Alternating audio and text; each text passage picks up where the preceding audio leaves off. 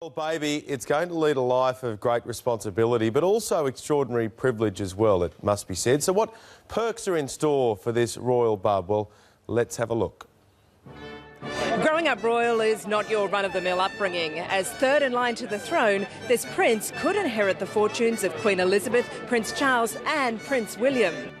There have been estimates of about 500 million Australian dollars. Of course, that's a huge sum of money, but it's much less than it might be. And that is because the Queen's third great-grandfather, 250 years ago, gave all the property away to the government and said, you look after it. But don't feel too bad for the Windsors. Most of the Queen's private incomes comes from her other properties known as the Duchy of Lancaster and estimated to be worth $634 million. While her baby could get a share of her fortune, the heir to the throne will also be entitled to Prince Charles's trust fund, another group of properties known as the Duchy of Cornwall, valued at $662 million. While Prince William only receives $61,300 for his duties as a search and rescue helicopter pilot in the Royal Air Force, the majority of his wealth was left to him by Princess Diana. It was said to be roughly £20 million, so about 32 million Australian dollars. That was because it was very well invested. And there's full access to the royal jewels, valued at as much as $30 billion. In addition to the wealth, there's the glamour. This newest royal will have access to at least 4 castles. Buckingham, where Queen Elizabeth resides and where he or she will eventually live. There's Sandringham, where royals traditionally spend Christmas, and Balmoral, the sprawling Scottish castle where royals usually summer. And Kensington Palace, where he is expected to grow up.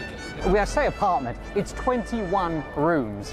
It's got somewhere for the staff, it's got nanny areas, it's got all sorts. It's absolutely going to be stunning when it's completed.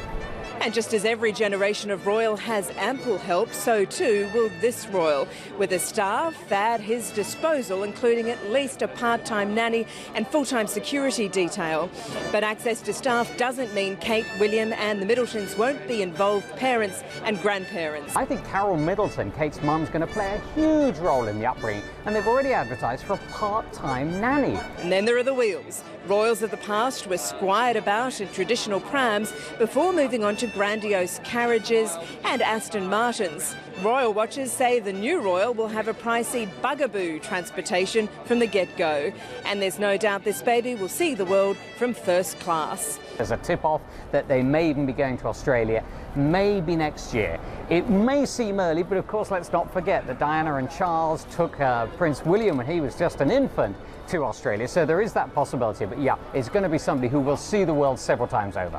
As for schooling, this royal will have access to the best of the best education, but is expected to stay close to home until high school, just as William did.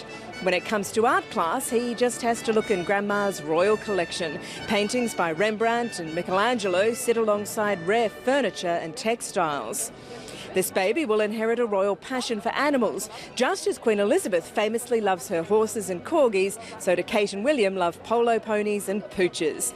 The puppy they adopted last year is expected to be a loyal companion to the new baby in months and years to come.